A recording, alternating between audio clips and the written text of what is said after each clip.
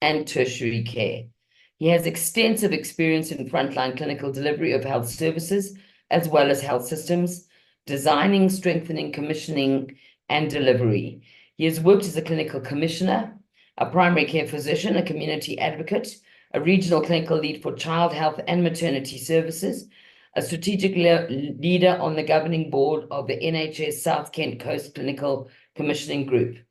Internationally, Brighton has over 5 years of working in health facilities and teaching in Zimbabwe.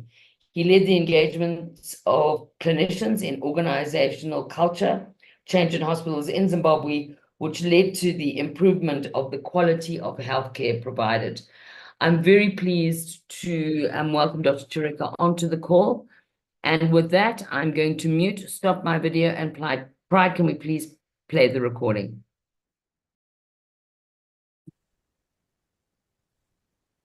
Good evening, everyone. Welcome to another session of Intellectus Campus.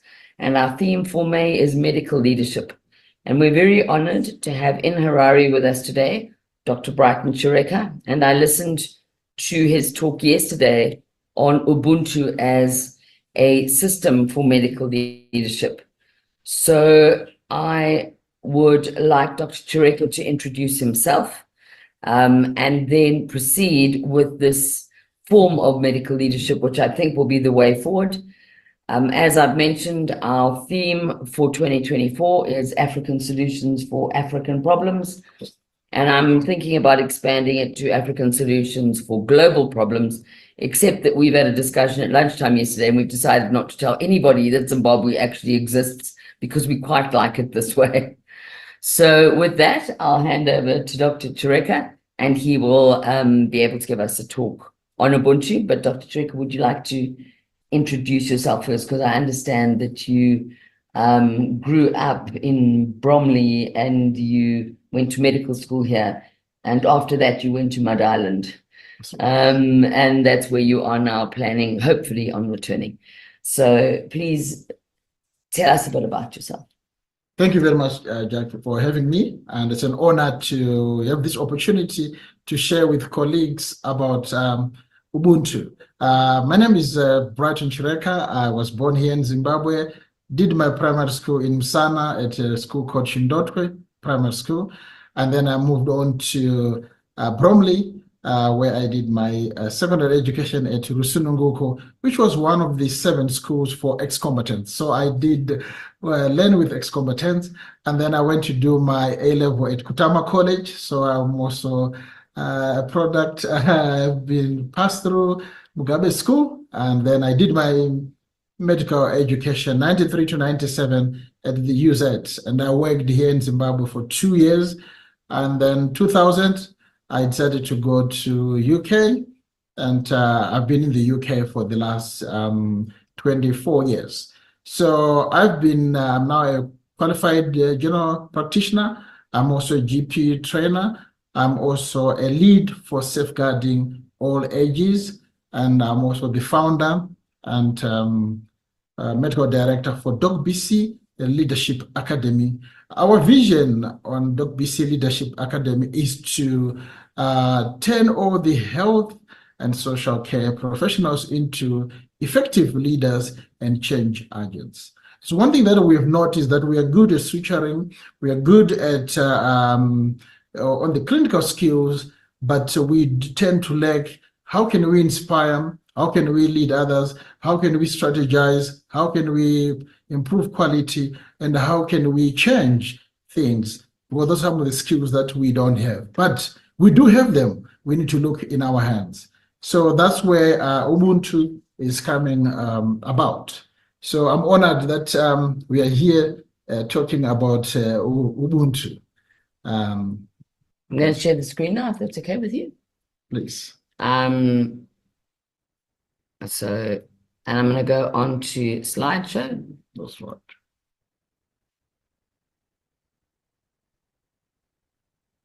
There we go. And then, right. Yes. So thank you very much for that. Just click it. It should move. There we go. Okay. Let's go backwards. So let's go to previous. Yes. Okay, so if you just click this side, it Yeah, will. so we are starting now. Thank you very much. So why are we talking about Ubuntu? As I've already alluded to, that technical skills alone are not enough to help us. If we want to called university healthcare, which is supposed to be universal healthcare, which we are talking about, not university, but universal healthcare. We realize that we need leadership interventions, things such as how to observe, listen, reflect, and how to influence, and how to work across boundaries. We've realized that everything rises and falls on leadership. And John Maxwell says leadership is influence, nothing more, nothing less. It's not about a title or position, it's about what you can influence. We can, as a profession, influence even without positions. But one thing that we need to understand, the leadership qualities need to be developed. We don't become leaders within a day, but we can become leaders daily. And I'm glad that Dr. Stone, with your team, you are doing something great. There's so many series of education that you are providing, which is good. We will get better the more we learn. The day we stop learning, that's the day we die. So we need to be deliberate and intentional about it so that we can actually benefit more. We realize that there's a gap between what we know and what we do. The more we just know things and then less of what we do, the gap becomes wider. So we now need to know, to say, okay, what is it that we have in our hands? Are we applying it? What is it? Is it fear? What are we afraid of? So we need to now address those issues as we talk about Ubuntu. So what we have realized that without good leadership, we may have a lot of things at our disposal, but if we don't know how to use it, we will not have enough. So as a profession, we have got things that we have, no matter how little they are, we need to ask ourselves, are we using them effectively? Are we using them efficiently? Are we innovating? Are we taking advantage of the little that we have? It's good to say we have started this, we are short of X, Y, Z, at least. But if we say, oh, we don't have anything, we can't start anything, then no one would help us if we were that attitude. And the other thing is, we don't have to be perfect. We don't have to, oh, we need to have this expertise and all that. No, we need to start and learn as we move on. What we call continuous improvement is better than say, oh, let's get perfect, and then we start. We may never be perfect. I'm going to interrupt you there. Yes. Because everybody in this town just about drives a Toyota. Yes. And Toyota's motto is Kaizen. Yes. And Kaizen means continuous improvement. Absolutely. And it shows because I've never, ever not got out of a difficult situation with a Toyota Land Cruiser or a Toyota Prado. So this concept of continuous improvement is very much in the Japanese culture. And I think Michael Ryan said it very, very well at the beginning of the pandemic, that speed trumps perfection. That's right. And we can't learn if we're not afraid. We can't learn if we're afraid to fail. So the only way to learn is to fail and say that didn't work, and we do something else. So I love the continuous improvement. Absolutely. I think what also COVID has taught us is that we need to be agile and also need to be resilient.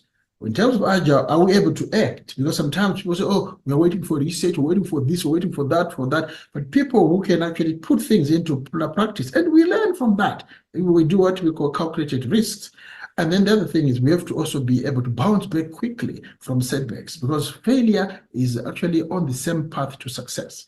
And the failure is a teacher. Failure should be actually to tell us how to not to do things and how to do things better way. But if we let failure identify us and then we call ourselves failures, then that's why we have got a problem. We need to understand that failure has taught something. What are the lessons are we learning from this? And then we will improve from that. You will never be better unless you try and you learn from that failure. So Edison always said that he took over 1,000 times to invent the light bulb, and he knew over 1,000 ways that didn't work. So the perfectionists would wait to try to be perfect, and they will never be perfect because they will have to try it 1,000 times to be perfect. But they are afraid of trying. But the person who is trying 1,000 times will get much quicker because they're not afraid of failure. So what is in our hand? So there's so many things that I want to take you for. We take it for granted, but having traveled all over the world, I've seen that I have to talk about it. For example, we don't call each other cousins. We call each other brothers, sisters, mothers. We respect each other. We don't believe that my mother's sisters or my father's brother. No, we are all one family. And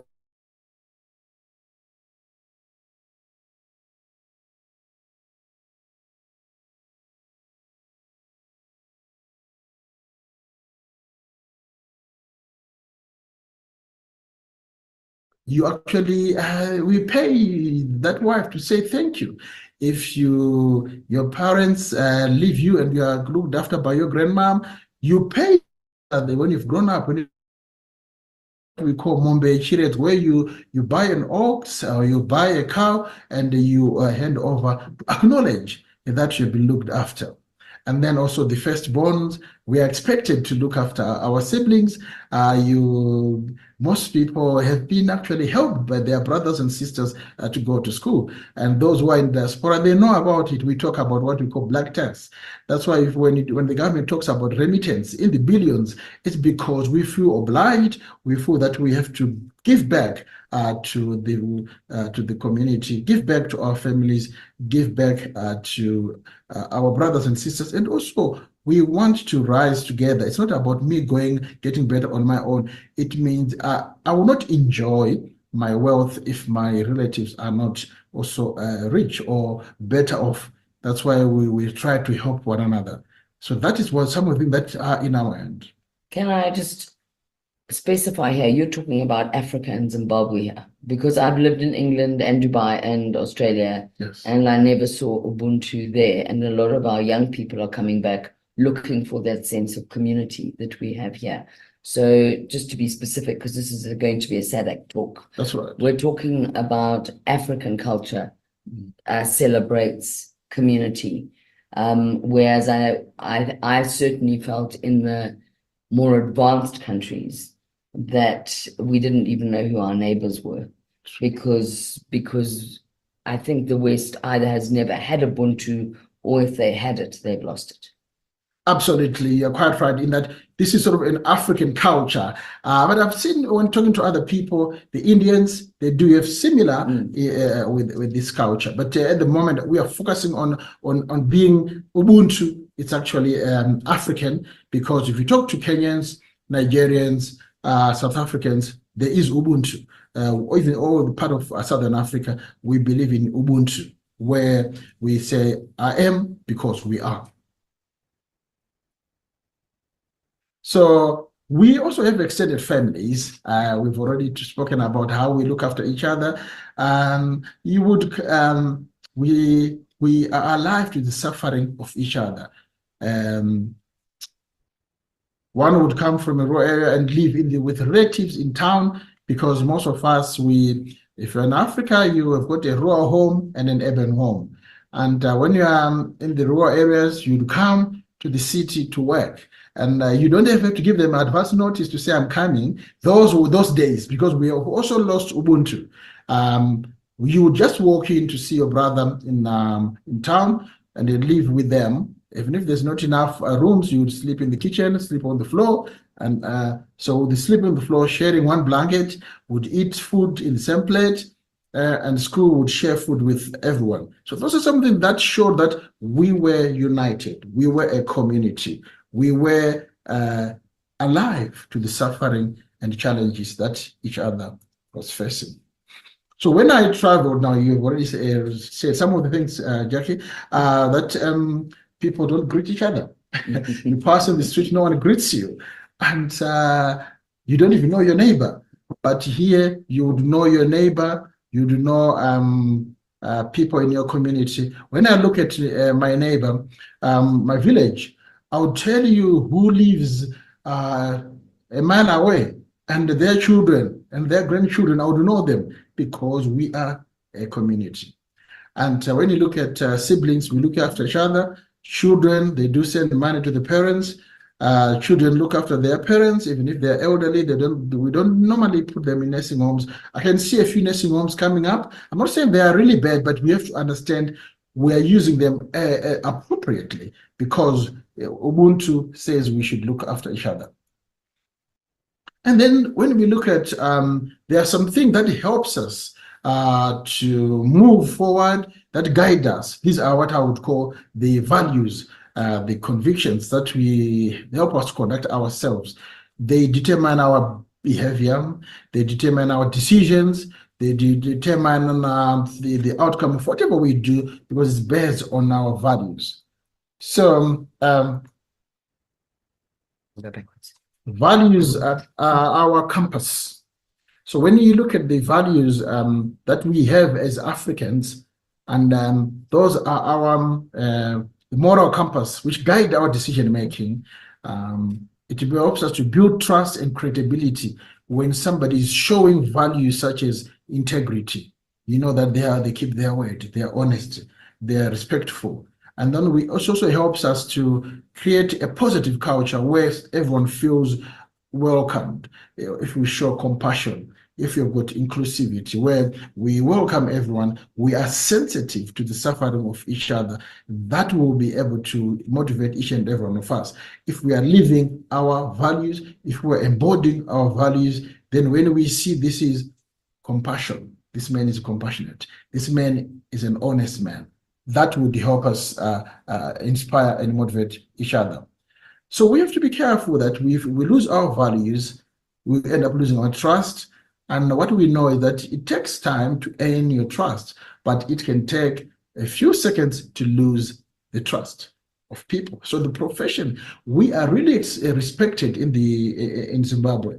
In the United Kingdom, when they did their survey, they found that GPs are number 2 and respected, being trusted by the society. Number 1 is the firefighters, because people know that when I call a firefighters, they'll come, the fire brigade, they'll come. They are respected, they know that they can save lives. So people respect and trust the fire brigade. Number 2 is the doctors. And the last are politicians. Sorry to say this. Politicians are at the bottom. Those people don't trust them because they know that they are, after votes, after that they forget you. But as a profession, we still command that trust.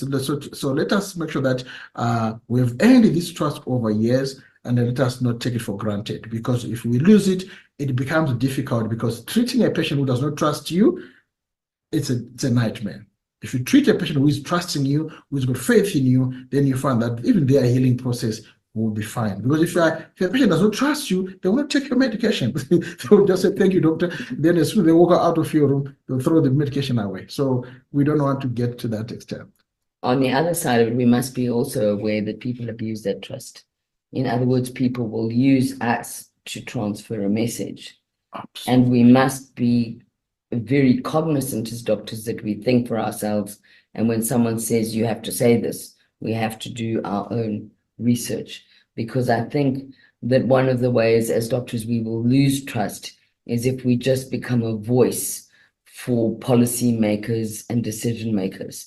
So from the doctor's point of view, to maintain trust, we must maintain our integrity.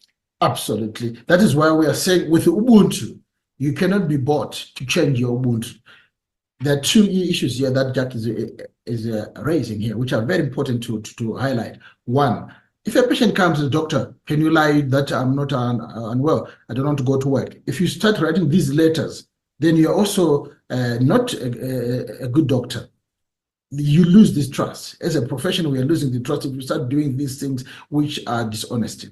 And the other thing is, if we are now manipulated by policymakers, by politicians, to say things which are wrong, or to promote things which are wrong, or to promote medication which is wrong, or to promote treatment which is not correct, then we are also losing the trust that people have got, because people trust us. That's why you find that in some countries, we are allowed to even sign documents like lawyers, because we are professionals, we are respected. So we can sign, I certify this, then I put my stamp, and then the same, a lawyer does the same.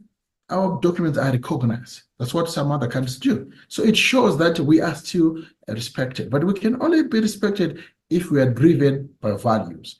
What are those values? Honesty, integrity, compassion, unity, interconnectedness, inclusivity. If we work with those things, teamwork, If we work with those values, they will drive us to reach where we want to go. So Ubuntu, it's a philosophy rooted in our African tradition. It emphasizes the interconnectedness of humanity. It is about Ubuntu, which means our behavior as part of a large community. Our actions as one, as people, should be guided by compassion, empathy, and respect for each other.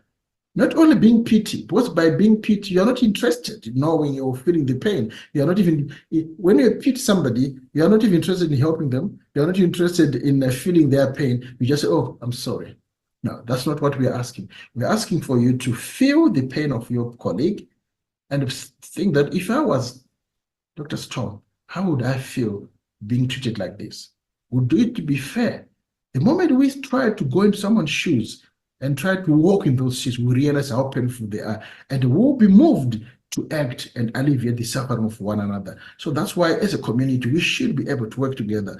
We should have, with Ubuntu, we have got collaboration, inclusivity, and then it also helps us to promote forgiveness and reconciliation. It's all part of Ubuntu. In Ubuntu, a person is a person through other people. You are a doctor through other doctors. If I don't see Dr. Stone as a doctor, and her patient does not see her as a doctor, and then it becomes that she won't be a doctor, even if she thinks she's a doctor. So you have to be careful about this, because your colleagues will determine you. So that's why we need to work together, that we are doctors. Even when referring, you look for a person that you can relate to, or a person that you've heard that they are good. So that, but you don't say, oh, just because they are registered with the MDPCZ or they're registered with any registration body in your country, then you just refer. No, you refer because you want to hear, and you refer because you've had a good feedback from either the patient or from your colleagues. So Professor Barodi spoke last week, and yes, what he said was with Helicobacter, there wasn't actually resistance to the new Helicobacter treatment protocols, because when I trained, Helicobacter was ulcers were a surgical problem. yes. But what he said was that the referring doctors, all their patients got better. So they referred more and more and more patients who got better.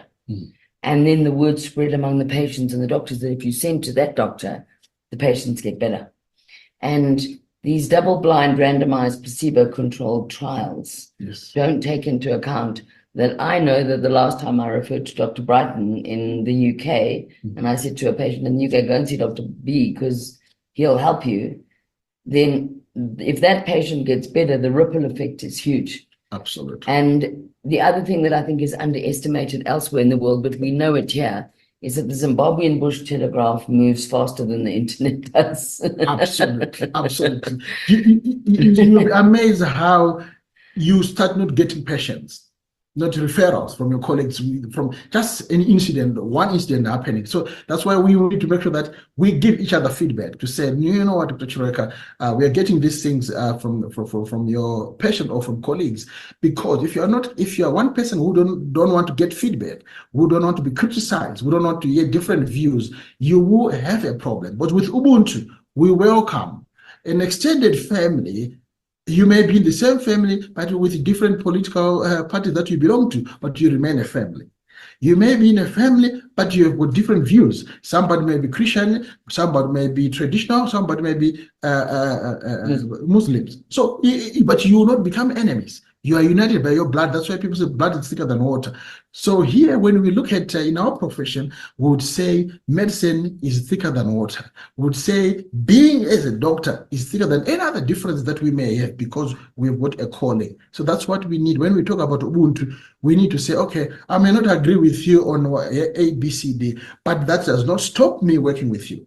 You don't have to be friends to work together. But we have to have a calling or to have a one common goal to work together. So if we reach that stage whereby we can work with those people that don't have actually our views, the same views as us, but it is actually a very effective leader would actually include the people with different views on their body, would actually involve people among their coaches, people with different views from their own views. But the problem that we do, we create an echo chamber where we want to hear a yes from our own people that say, oh yes, Brighton, oh yes, Brighton. And the people can cheer you whilst you're going to the cliff.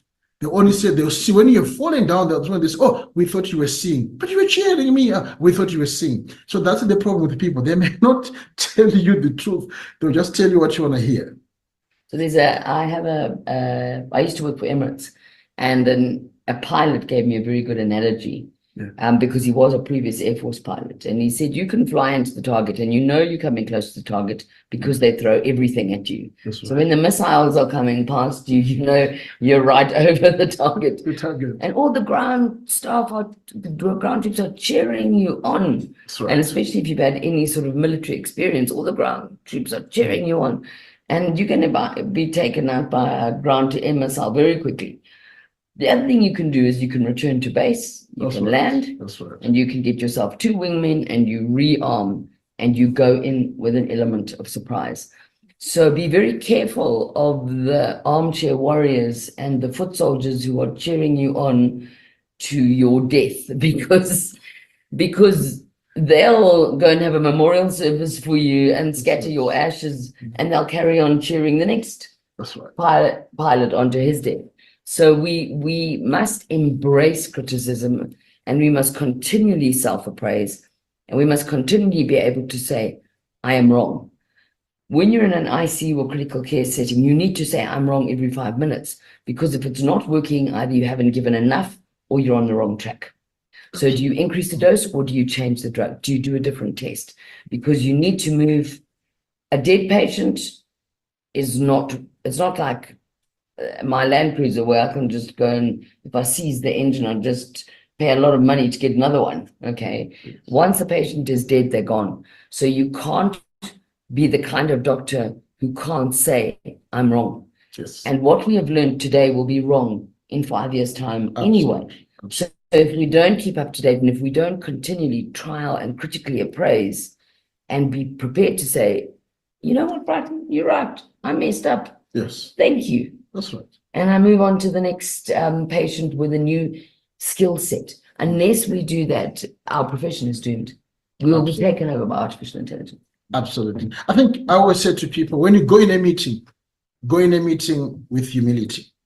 Go in a meeting being vulnerable to be changed in your mind. Of course, when we go in a meeting, we've got our own thoughts, but let us just be humble and have that humility to say, I can be changed in this meeting. And then when you go in, then yes, you will be changed. And also let us be open to different ideas. That's why sometimes people talk about you need to speak last if you're a leader. Why they are saying that? It's the advantage of speaking last is that you have given everyone the opportunity to speak.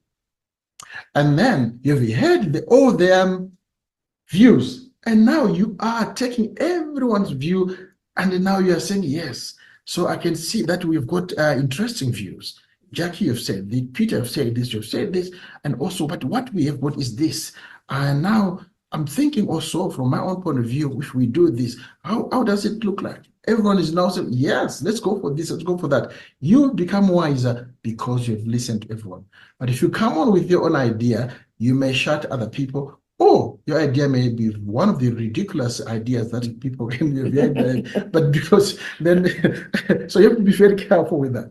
So the other thing I think is important, and we've got a bit of time, is, you know, I remember a case where this guy came into Victoria Casualty in Cape Town, yes. And he'd been hit by a car and he had a compound fracture, tib fib, and all the bones were sticking out, and he went onto the table and he had a respiratory arrest. Yes.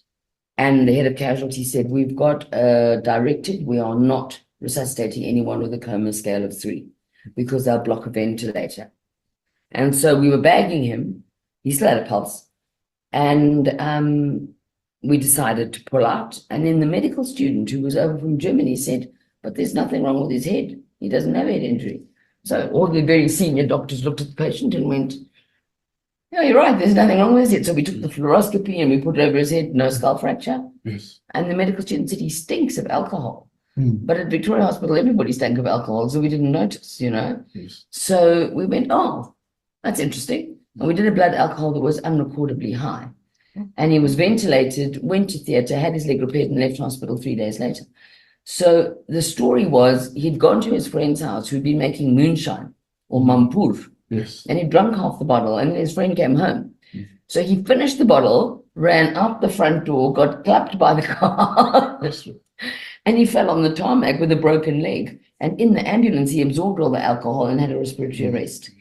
But it took somebody with brand new eyes and Yes. somebody who wasn't old and jaded and sick of resuscitations to go, but there's nothing wrong with his head. But the guy that ran casualty, we used to call him Harry Casual because he was so calm. Yes. And he was very open to people contradicting him. He wanted us to say this, that. He wanted everybody to be talking, and he would stand at the head running the recess. And somebody would say, I've got a blood pressure that's dropping. And he would say, give more fluid. Or he would say, let's make sure this patient's not in failure. Yes. And he would be running the thing the whole time, but he was continually evaluating the situation. And it didn't matter. There's a story of an engine fire and the most junior cabin crew member going to the cockpit and saying, it's the right outside engine that's on fire. That's right. So that the captain didn't shut down the wrong engine. That's right. You have to listen to the most junior people as well. It's not about how important you are or what your position is. That's right. It's about listening to everyone. In aviation, they call it crew resource management. That's right. We must get all the opinions, and then we must make the most sensible decision based on the best possible outcome for the patient. Absolutely. I think that would be a good culture to have. Because in most organizational cultures, what we find is that those with knowledge, they don't have power, they don't have authority. Those with authority or power, they don't have knowledge. They are making decisions without information. Those on the shop floor, the most junior people, knows the problems. So in this case, if you've got a culture whereby a junior doctor is able to speak up in situation, because that man's life was saved by this medical student because he spoke up. And a good thing that I also like that team is a team that can allow a medical student to speak up in front of consultants, because sometimes where I did my training, you do not contribute to a consultant, but the consultant was so arrogant, so full of himself, full of herself, think that she knows everything, which is not the right culture. What I've known in medicine, it can humble you. Medicine can humble you. So you need to be always humble and leave room that you may be wrong. You may be wrong. And then if you leave that room of you may be wrong, you can now be open to other people coming up with suggestions. That's why we need to be interconnectedness. I am because we are.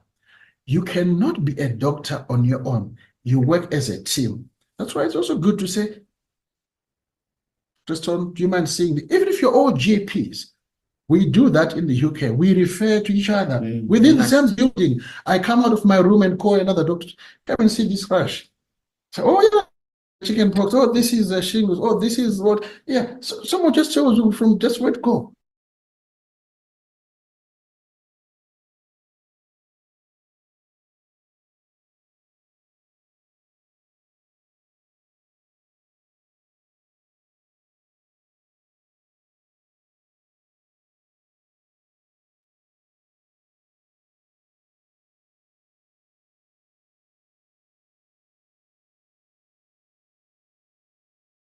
Recognize the experience of the people who've done 10,000 hours in this game, irrespective of whether they've got 37 letters after their name. Absolutely. I think this is where we find that it only comes when we have got this interconnectedness, when we work together. There's deep connection and interdependence that we need. And one thing which also I like is also this collective responsibility, where we share accountability and we cooperate. When we talk about collective responsibility, I remember when I was growing up, my parents, I was a bit mischief, and then when I was in the absence of my parents, I was just doing silly things, and then a neighbor saw me, and she pulled me and gave me smacking And then I thought, oh, you're not my mom, but why are you beating me? I went home to report to my mom. And then my mom said, oh, let's go to that neighbor. And I was really excited that, okay, we are going to this neighbor. My mom is going to shout or going to fight. Yes, I was really excited. As we were walking there and we arrived, and then I was surprised. My mom took another chamboko, another whip, and started smacking me in front of this neighbor. And she was saying to the neighbor, if you see him misbehaving, go ahead and do it. Well done what you've done. Then I was really annoyed. I was really angry. But now I see where my mom was coming from. Is this collective responsibility? Yeah, that it takes a whole village to raise a child. So you cannot misbehave just because your parents are not there. There are other parents looking after you. There are other people looking after you. There are other people who are keeping an eye on you to make sure you are not misbehaving. So this is what Ubuntu. But right now, wherever you are in this world, just look around. Can you tell off someone's child? Can you discipline someone's child? You'll be scared that you'll be sued. You'll be scared that a lot of allegations will come towards your way. But in our culture, Ubuntu, I'm not encouraging abusing each other's children. What I'm talking about is if you treat someone's child as your child, if our leaders treat our children as their children, whatever policy they're going to make will also be Ubuntu best. Because if they think about their children as our children, then what their children want are also what our children need. So then we are in the same way where we say, okay, the schools for my child, the schools for your child, the schools for the whole people's, the schools for the whole people should be of high quality. When we say my health matters as this, just as the same as yours. So we believe that there's no one who is going to fly to India. We are all going to stay here and get treated in our own hospital. We are going to make our hospitals better. They do that in the UK. You cannot expect a UK MP going to India to be treated or going to America to be treated. No, they are treated in the NHS. If the NHS is not good enough, they should make it good enough. Mm-hmm. The same applies. If our system here is not good enough, then we should make it good enough. To me, I say, I'm wanting to make sure that I'm here in Zimbabwe. If I collapse here, I will be resuscitated and given the best care that I would receive anywhere in the world. That is our vision. Involved in an accident, wherever I am, I should get the pre-hospital care that I would get in any other system. That's what we should do. We are fighting for. As a community, we can do that because we have got the expertise amongst ourselves, and we can come up together to look at what we can do to sort out our systems. When we look at the medical field, it's full of compassion. That is Ubuntu values, sensitivity to these challenges of others, and we are moved to help. We include each other, we embrace each other, we share decisions, we have got unity because we know we are stronger together. Divided, we fall. United, we prosper. United, we conquer.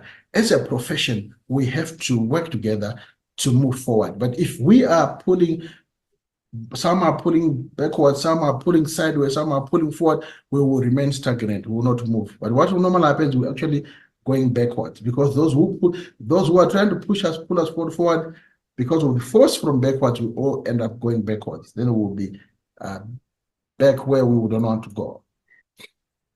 So when you look at the Ubuntu leadership principles, we've already mentioned about that. When we look at the interconnectedness, it talks about us collaborating, working together, collective responsibility, that is teamwork.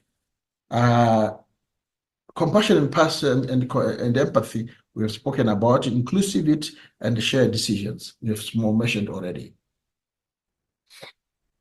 So when we talk about Ubuntu, it's not about it's not assimilation, where we say, oh, Jackie, be like us, but leave parts of you behind. That's not it. We are not talking about limited inclusion, where we say, be part of us, bring a little bit of your uniqueness, but not too much. No, no, no. With Ubuntu, we are saying you belong here. You are because we are. The place is better because you are here and you are free to take up the space. You are free to make mistakes. You are free to learn from those mistakes, and you are free to contribute, and you are free to challenge the status quo. That is what Ubuntu.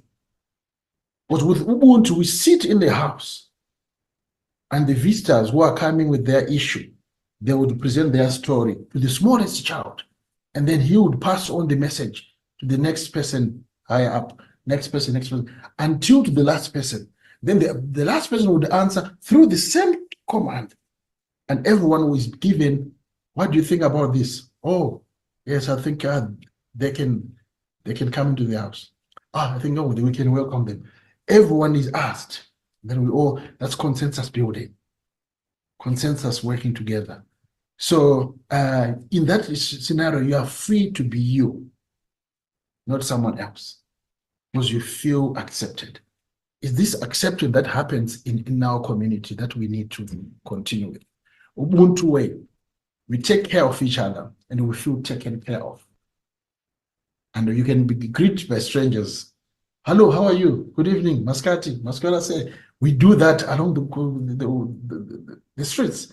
But in other countries, no one greets you. Even if you try to ask for direction, I don't know. They know the direction, but they don't want to just help you. It's because they're so selfish. But we in Ubuntu, we see our lives as a service to the people. One thing that we believe in Ubuntu is that to be of service. And all doctors, we know we are born because we are in the profession because of service to others. And then when we are doing this, we must remember that the things that we are saying and doing, we actually believe in them. That is very, very difficult as doctors. You can't give somebody medication that you don't believe in. You can't be using things, treatment that you don't believe in. Authenticity, it says the things you say and you do, you must also actually believe in them. So when Ubuntu is belonging, do you feel welcomed, appreciated and valued, respected or involved, cared for and supported, acknowledged, trusted? Are you part of a family? That's what Ubuntu is all about. Ubuntu is about extended families, where we believe that I can look after my brother's children, my sister's children, I can look after my niece, my nephews.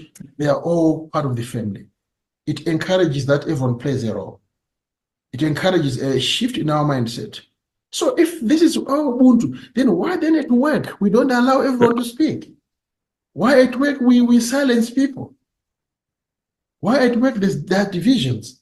Because with Ubuntu, it fosters a sense of unity, collective responsibility among the profession.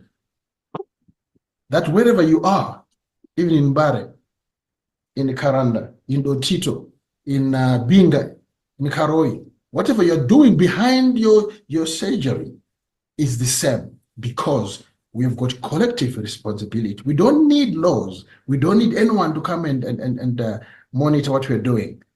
Yes, they will be there, but they should come and confirm that we're doing good things. So we should feel responsible for one another's success and well-being. And then this success of it's a shared responsibility.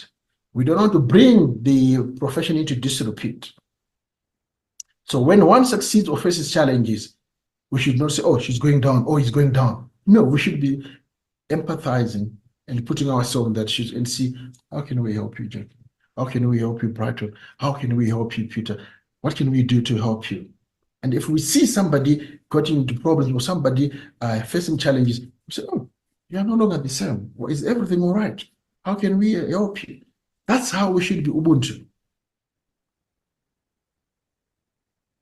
Now we've got the younger generation, and the people are saying, oh, we don't know how to deal with the young generation. What should we do about them? And I'm going to challenge everyone to say, any problems with your young generation, your children, is because you're not using Ubuntu.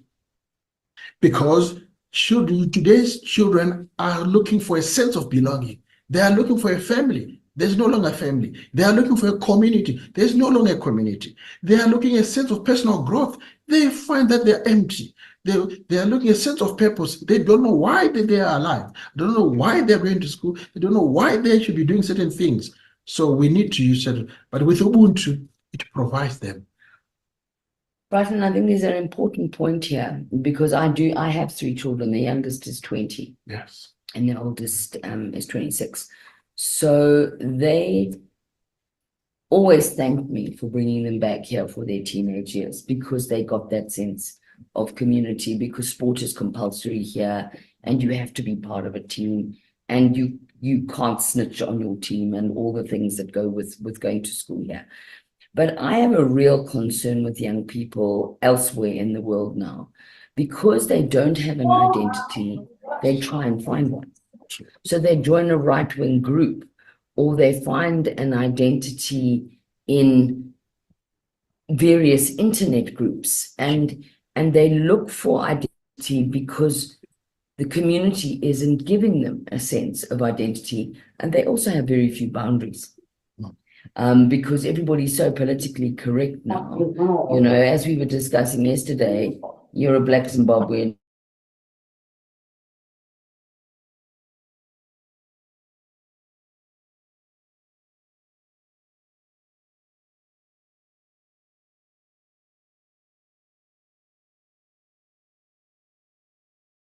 Children can't grow up, they can't say their race, they can't say their gender. Their offense is taken if you use the wrong pronoun. You have to be so careful. Offense can never be given, it can only be taken. Okay, so we're all running around being so politically correct. In Zimbabwe, we had a journalist come out, he was horrified that we were talking the way we were. And he said, you can't talk like this. And we said, well, we are. We're in the middle of the Sabi Valley and there's a bunch of elephants around. What are you going to do about it?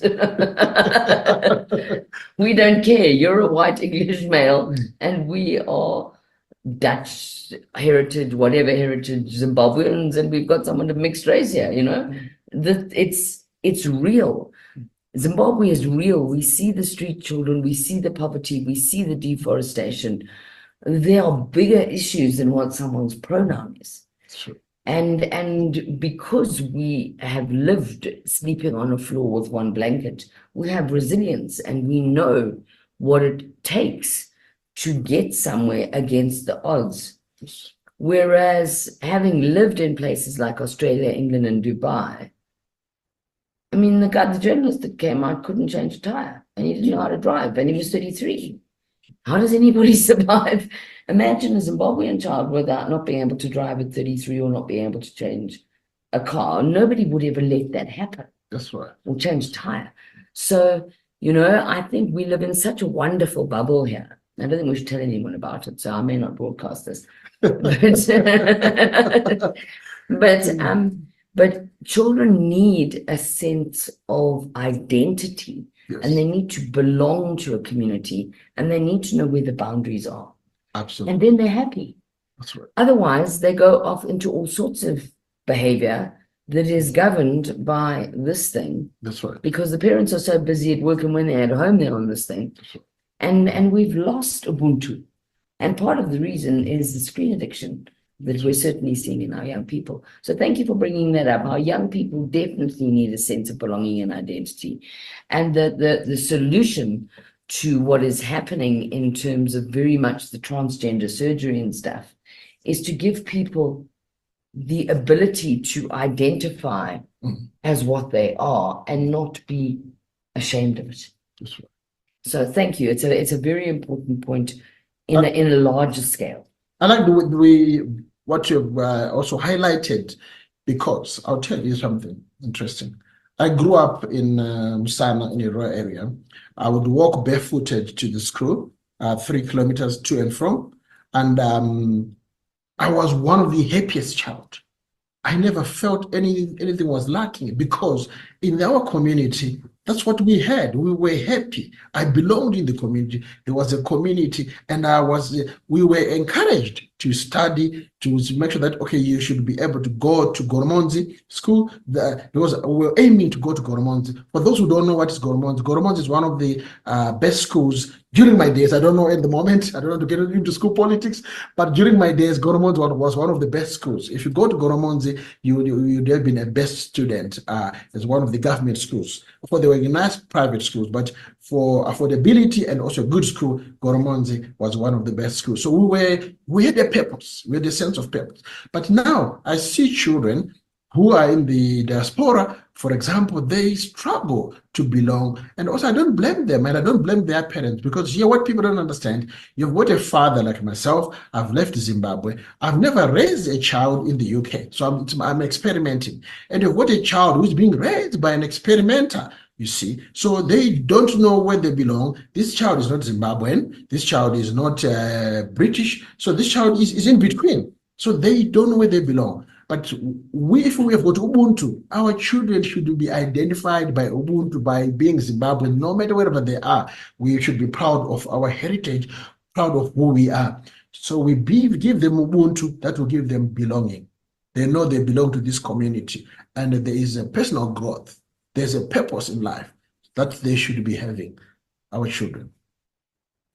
They also have boundaries. I remember Yes. I was always terrified because I got into trouble at school, and they told my parents I was in 10 times as much trouble when I got home. Absolutely. And when I was in Australia, and the teacher would apologize for disciplining my child, I would say, if you think he's in trouble now, wait till he gets home.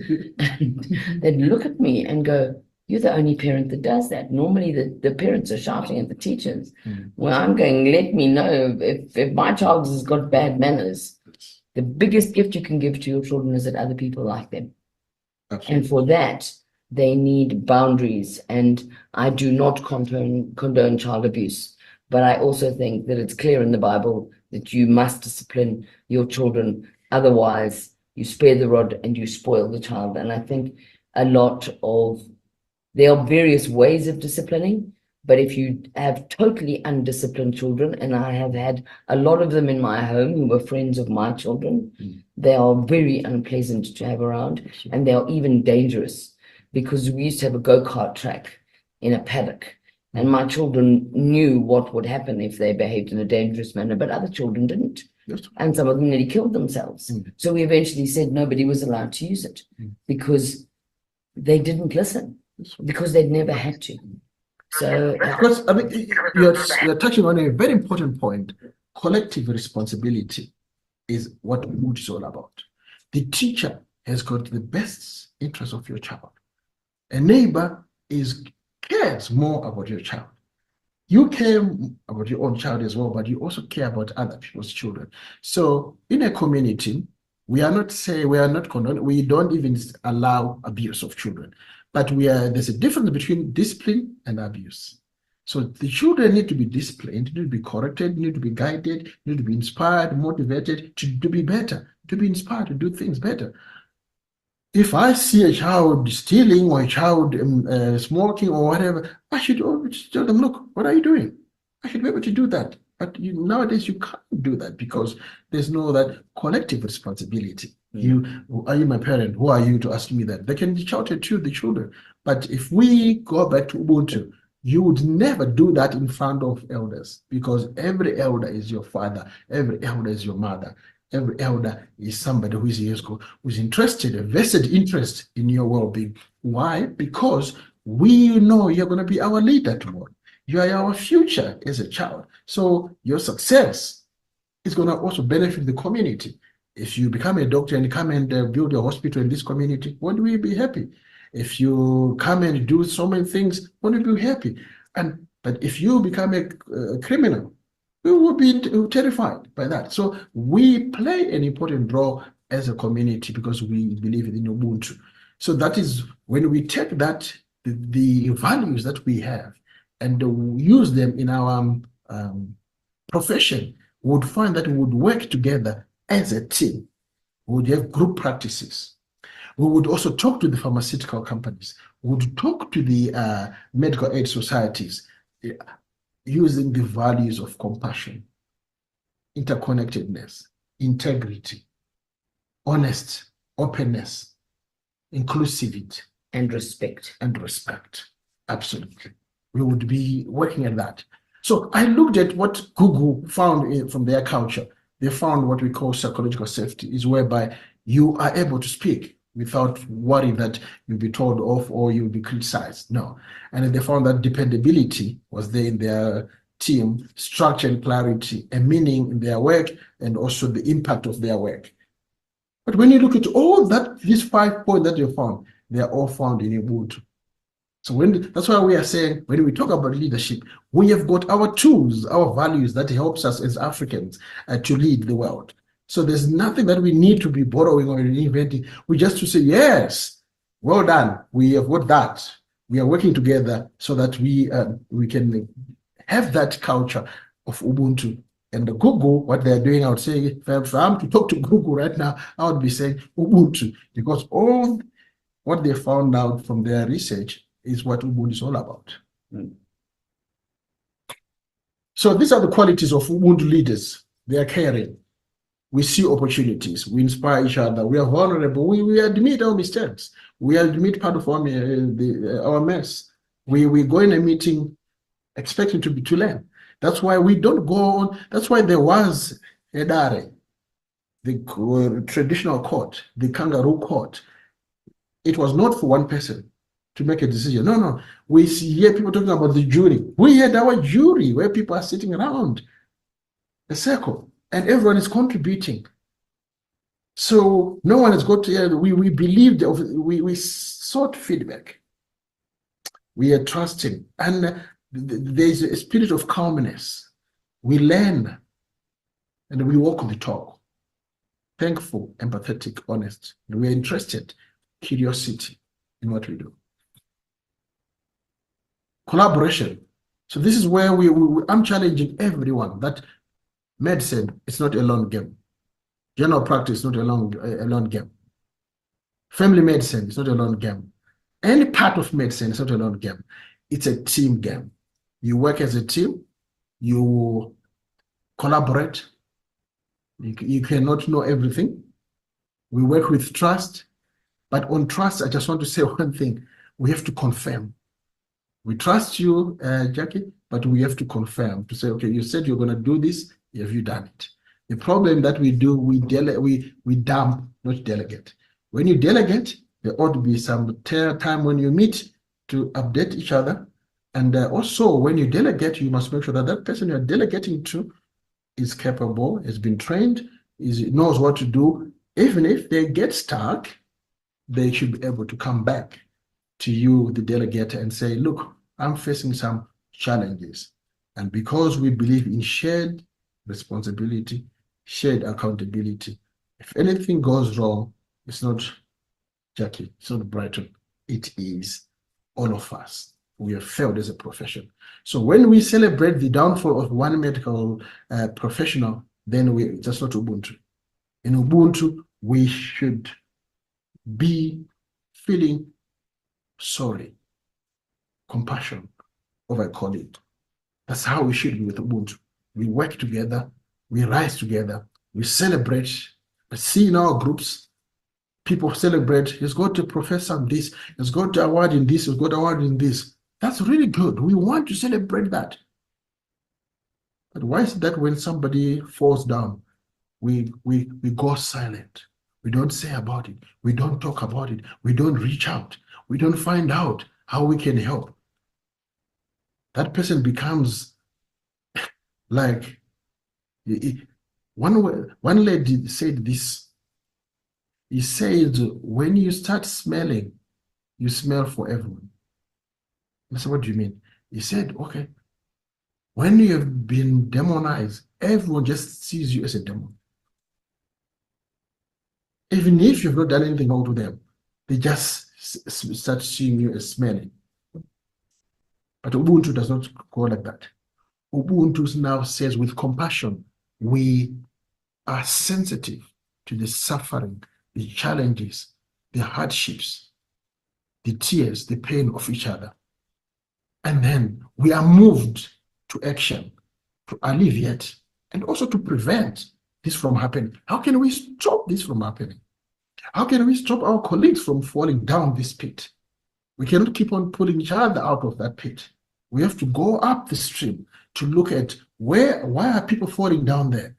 Maybe there's a bridge that we need to sort out. Sort the bridge and people cross over, and they won't be falling.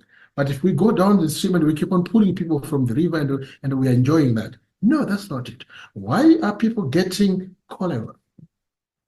We keep on treating them, but we are not addressing the source of the cholera, the boreholes, the sewage system.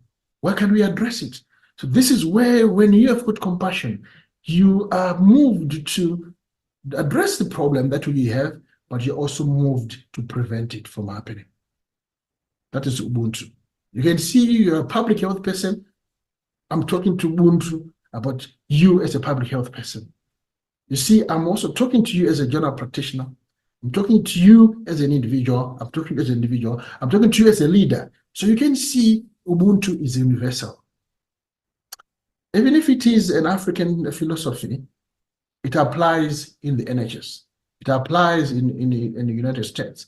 Because when we talk about compassion, compassion is universal. And the compassion is what is part of Ubuntu. We look at, do we care for each other? Do people care for us? Can we help each other? Can we help others? Can we trust each other? Can we trust each other? That is what we should be asking in our, and it should be yes in all these questions. So I did touch on all compassion, and I'm going to talk about more on compassion. Allow you to indulge me on this one. I want you to take and reflect and pause for this moment. What is compassion? Compassion is the sensitivity to the suffering, to the challenges, to the pain of one another. And it's only not the sensitivity, but we are moved to alleviate and prevent that suffering. Compassion asks us to go where it hurts. We enter into places of pain to share the brokenness, the fear, the confusion, the anguish among colleagues, among patients. With compassion, it challenges us to cry with those that are in misery, to mourn with those who are lonely, to weep with those in tears. Compassion requires us to be weak with the weak, vulnerable with the vulnerable, powerless with the powerless. Compassion means we fully immerse ourselves in the condition of being humane. If we all embodied Ubuntu, the problem that we have, the challenges that we have, will be minimized. I'm not saying they will go, but my belief is they will go. But let me just be cautious by saying they will be minimized. So when we are looking at that, we want to get to compassion. So I want us to take a few moments in distinguishing this. When you say, I'm sorry, I feel pity for you, I feel sorry for you, it just shows that you don't understand that person's experience. And you are not even willing to support. I feel sorry for you, Jackie. That's it. That's not. If I'm showing compassion to you, I would say, yes, it must be horrible the way things are. I've had a similar experience in this year, and that I went through that. But what I found very helpful was A, B, C, D. I don't know whether you've tried it. Would you want to try it? But I'm here. If you need someone to listen, I'm here. If you need, so that's what compassion is about. That's how we, colleagues, we should be. And a lot of us, we think, oh, I've shown people, I'm sorry to hear this, I'm sorry to hear that. No. We are not pity party here. A pity party is not what we want. We want to say, okay, look, I know you're in this situation. It's a financial problem. I want you to come and do this work. Then I'll pay you extra. I'll pay you more because I know you're in need of money, but do this hour, then I'll pay you more. I don't want to give you cash without service, but I will pay you more, I'll give you more, I'll do this. Oh, there's a grant, I want you to do this research. You can do that, you can do that. That's how people work together. That's showing compassion. And pity is also condescending. Exactly. So if I pity someone, Yes. it suggests that I'm superior to them. Yes. So, if you pity a street child, for example, then that is an act of condescension. Whereas if you think, how does this child actually survive in this street? And you reach down and you get your water bottle and you hand it out the window and you give it to him, then you're starting to show sympathy and empathy. Absolutely. But if you are truly compassionate, you get to the root of how that child ended up in the street in the first place. Absolutely. No, you've said it well. That's exactly why we want to get when we talk about compassion. So I thought it's very important that we understand both. Oh no, yes, I did call. I did find out. No. You called to pity party. That's not what you're talking about. If you're compassionate, you should say, okay, I have done this, we've done this, we've done this, we've done this, we've done. Now we know so and so they're in a shelter, they're in a whatever, that's in a whatever. That shows that there's compassion, there's action. You feel their pain, you also take action to alleviate their pain. And it's also important for ourselves, because I see a lot of doctors doing a pity party on themselves. Absolutely.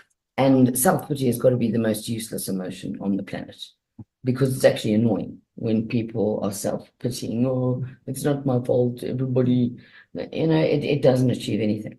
So we also have to be compassionate with ourselves and basically say to ourselves, I hold myself accountable and others accountable for a situation, and we need actions to get from our current state to our future state. Absolutely. What is the current state? What is the future state? How do we get there? How do we get there? Not, oh, none of this is my fault because it's somebody else's fault and someone's pointing a finger when there's three pointing back at them. So pity is also, we must not pity other people because it's condescending, but we must not also enter into a pity party with ourselves because it's a complete waste of time. Absolutely. Because when self-compassion is really needed. We cannot give what we don't have. So we have to also to look at our suffering and then not only become pity party, say, oh, I'm a victim. Oh, I'm a failure. Oh, I will never get it right. Oh, no, I'm not good at this. No, you want to look at, okay, what is this setback? What can I learn from this setback? What can I learn from this failure? Because failure is on the same, as we have already spoken from the beginning, is on the same path with success. What people don't understand, they think there's no failure on your journey to success. But what I want to challenge people to know that is, ask all the people, they will tell you, the successful people in the world, they will tell you they learn their lessons from their setbacks. They learn their lessons from their failures. And it is through those failures that they ended up being successful. We have a world champion, an Olympian who at 88 years old is still teaching people on the pistol range. He's sports pistol, a world champion, and he's an Olympian. And somebody asked him what his best game of tennis was. And he said, it was actually against one of the Black brothers. And he said, I lost 5-7, 5-7. He said, how could that be the best game? You didn't win. He said, I was playing someone 10 times better than me. Yes. And it was the best game of tennis I ever played. Absolutely. And the person didn't understand it. The person who he was talking to was American. He didn't understand it. But he said he learned so much from that game just by watching the other person. So with that, I'm just going to go and close the window because that hot shoot is bothering me, and please carry on. Okay. So we are moving on. We have looked at compassion. Now, why are we spending much time talking about compassion? Why are we concerned about empathy? Ubuntu is about compassion. Ubuntu is about empathy. Why should we empathize? Because we should empathize because there is a lot that we cannot see from a person. For example, when somebody comes late to work, you may think that they are lazy. When you see somebody behaving in a certain way, you may think you know it all. You may start to judge them. But what you should know is that there's a lot underneath that you cannot see. Maybe they've lost a child. maybe they are going through a divorce, maybe they've been abused as children, they've got adverse childhood experiences, or maybe they are feeling very low, maybe they are depressed, they've got pain, there are several suicidal thoughts, maybe they are regretting, maybe they're struggling, maybe there's trauma. So what we need to understand is that what we are seeing their behavior, it's a reflection of what's underneath. Their expressions, what we're seeing the outside, the body language, the interaction is something behind. So what we need to do is to say, what is that I'm not understanding about this person? How can I know? You can say to your colleague or to your employee or to your team member to say, oh, these days I've noticed that you are no longer coming early. Is there any challenges at home? Then somebody can open up and tell you that there are challenges that they are facing at home. So that's why we need empathy. Empathy is to give a benefit of doubt to each and every one of us, to stop us being judgmental, to stop us just coming without solutions, without understanding what's going on. So we need to understand that there is a lot of trauma, there is a lot of suffering that people are going through. So we need to be able to realize it, that it is common, and we need to recognize it. And we should understand how people may be coping with certain challenges in life. That's why we need Ubuntu, we need compassion, we need respect. When we are responding to somebody, we should not think that, okay, just because this person has done this, that is the whole picture now. And we should also resist to re-traumatize our patients, resist to re-traumatizing our colleagues. So, as we know, we get involved in teams, we are forming, getting started, things are really looking happy, we are excited, having a team, and then... If you want to pause until they're gone. Someone can't disable the alarm system. Okay. So they're leaving. Okay. There's a solution to every problem. A solution to every problem. So you have seen, there was, I hope you were hearing this alarm. There was a car having problems. There's a solution to everything. And the car was making a lot of noise, disturbing us. But what they decided to do was to drive the car off. Sometimes you may have to remove the source of the problem out of the situation to sort it out. That takes us to the team development stage, that you are forming a team. You can have a honeymoon where you are trying to work together, excited, and then you do go to a stage and you start getting conflict of interest and all that. You're trying to get yourself organized, but then you start getting focus and then also the performing. One thing what we have found that as long as your values are the same, you could see the value of that car was to make noise, but our values is to have peace. So we not ABC Bank have no peace. But they don't have peace there. So that's what we need to understand, that our values and their values should be the same. When you don't have common values, you end up having a challenge. That's why we are saying for us to work together, we need to embrace Ubuntu. So for us to find a common ground where we can work together, we must be available. Someone said to me, if you are in the room, be in the room. I said, what do you mean? He said, okay, if you are in that room, don't be thinking about other things that you're going to be doing. Don't be on your phone. Don't be on your thing. So you are not interested in that. And also, are you a good listener?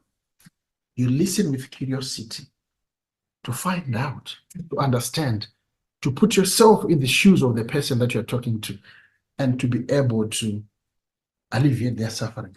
Because if you are not listening, you say, oh, it shall be okay. Okay, this shall be okay. And then this is where... Don't worry. Don't worry. This is where even as doctors, you've got a patient who is feeling suicidal every day, and you are saying, you'll be fine. How can you be fine when you've been 10 years in this state? I need something to help me, doc. So this is when we are not listening, then we can come up with this fobbing off of our colleagues or patients. So we need to be adaptable. Some of the things, if they are not working, why are they not working? Humble and being vulnerable, and also openness and having that environment where we can work, everyone able to speak up. So when you look at compassionate leadership, I'll just show you what we mean by compassionate leadership. It's the same thing that we are talking about. At first, you pay attention, listen with curiosity to your colleagues, and then you listen with active listening to understand. And then you listen putting yourself in their shoes. But sometimes when you're listening, just say, okay, if I was Dr. Stone, if I was Jackie, how would I react in this situation? The moment you put yourself in someone's shoes, you'll feel the pain. You see things through their eyes, and then you will go to stage 4. You want to alleviate their suffering. So when you look at our health system, so when we are talking about Ubuntu, someone asks now, okay, so what does Ubuntu has to do with health? As you can see, we have been trying to come to that, but I just want also to focus you so that those who are too academic can also find out what we are talking about. So we've got the 6 pillars of strengthening or building blocks of building a health system. You look at the service delivery. The service delivery that we do with Ubuntu is driven by compassion. We offer services that are safe, that are timely, that are effective, that are efficient, and that give a positive experience to the patients. And then you've got the health workforce, the people that are working. Are they working in an environment where they are respected? Are they free to make mistakes? Are they free to contribute? Are they free to challenge the status quo? And then the information that we are using, are we making the information available? Are we withholding information? Are we taking advantage of technology, using telemedicine? Are we using electronic patient records to cut costs?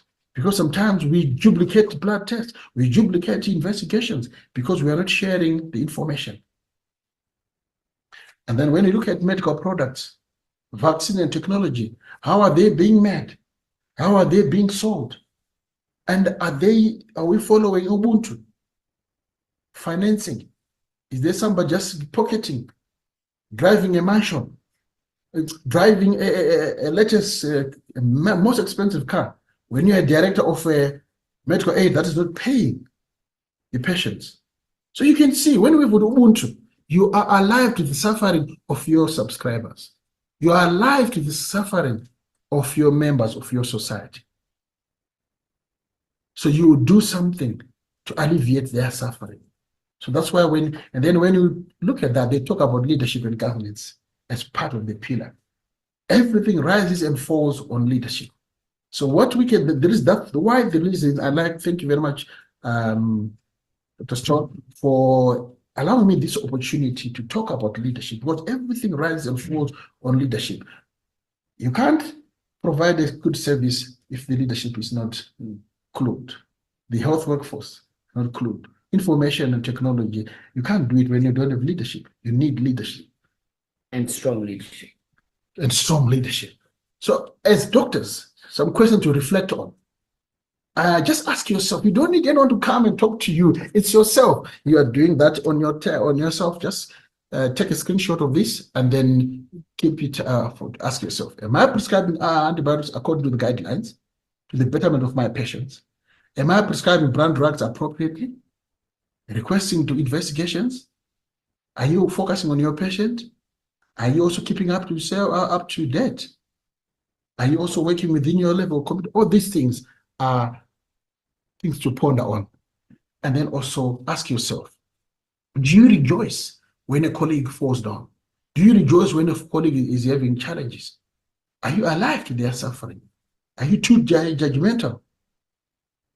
Are your actions or inaction benefiting a colleague or patients? Are you curious? Are you moved by the challenges of others? If I can invite you to this commitment, we have spoken a lot, but let me invite you to these commitments today. We are each other's keeper. We must mentor each other. We must be alive to each other's suffering, collaborating, working as a group, and there's power in numbers. If you want to go fast, go alone, but if you want to go further, go with others. As a profession, especially for the family doctors, I want to focus on you family doctors. You are the knitters.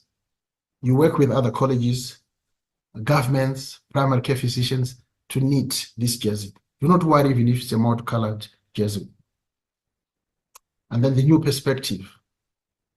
Let us observe what's happening in other industries, collaborate, and vision the future we want, be creative, and remember to be agile and resilient, quick to act, and also keep to bounce back from any setback. Let us be clear about the take-home messages, understanding our context, listening, I've mentioned already, empathy, action, and respect. Thank you. Thank you, Brighton. That was absolutely brilliant. I'm just going to stop sharing. Stop recording.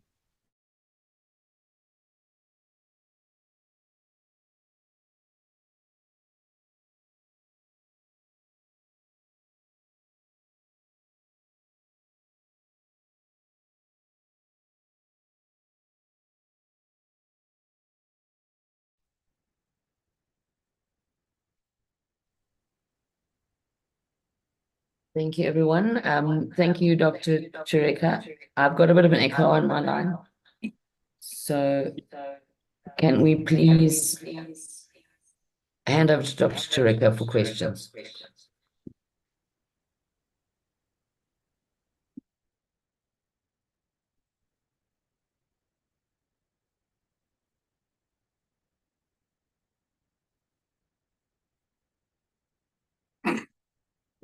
It's amazing how to watch yourself.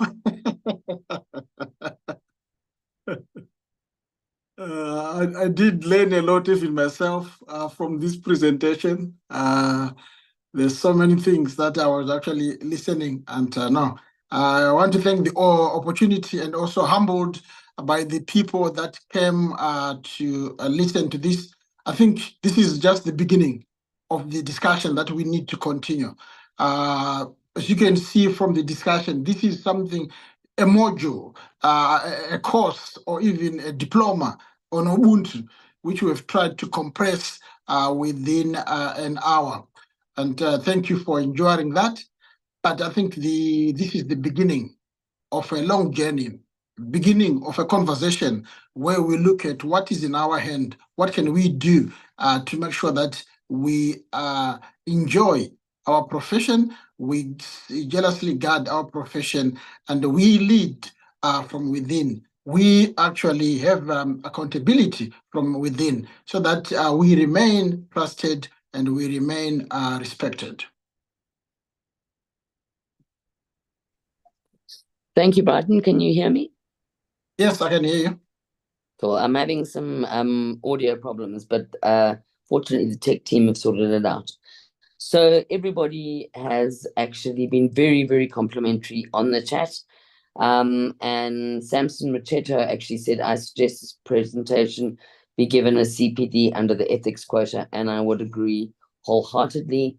And I think one of the other comments which Dr. Patel made was that as GPs and family practitioners, we're often looked down upon by our specialist colleagues, when in fact we have this absolute wealth of experience and this wealth of knowledge between us. So as doctors who are in primary care, I think it's really important that we also value ourselves, because we tend to defer to specialist opinion rather than argue with it. And I've just had a case this weekend, which was a case in point, where the specialist completely missed an acute cholecystitis and ascending cholangitis, and instead scoped the patient, and the GP was too embarrassed to say to the specialist, have you noticed he's got obstructive jaundice? And because the specialist only scopes, he hadn't done a history, taken an examination, or examined the patient, or done anything other than do what the GP asked, which is please do a gastroscopy on this patient. And he did a gastroscopy on a bright yellow patient. So the GPs also need to stand up and say to the specialists, actually, we do know what we're doing. And I'd like to hear your comments on that, Brighton. Yeah, I think I'm biased because having worked in the NHS, where we work in collaboration with our specialists, And I can say actually the GPs are actually the bosses in the NHS because we are the gatekeepers.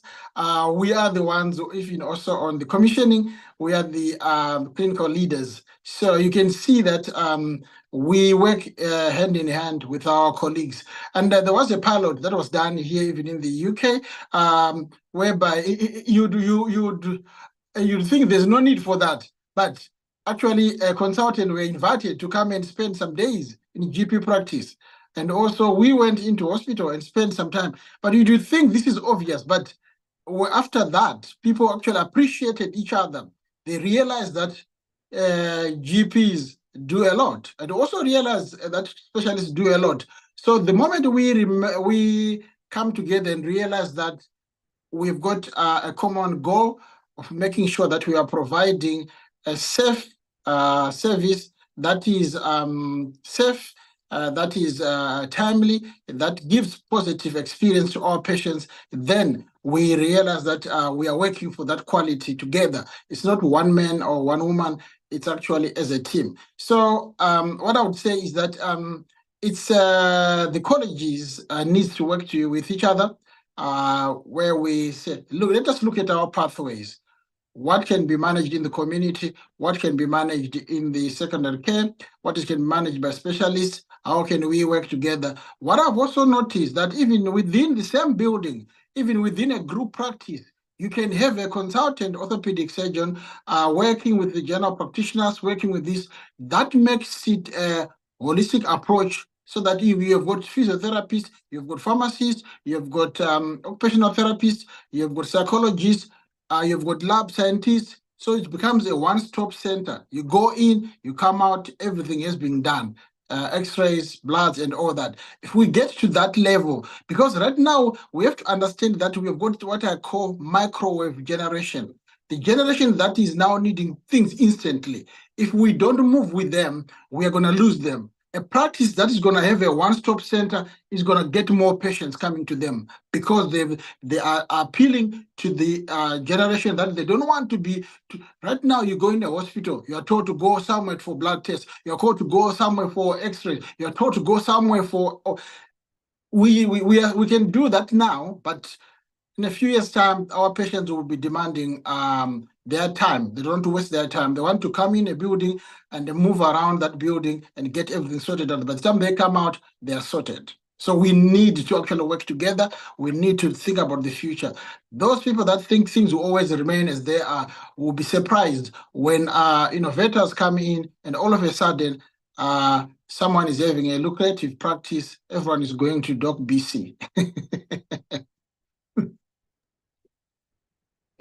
Thank you, Brighton. That was a brilliant presentation. There's been so many compliments.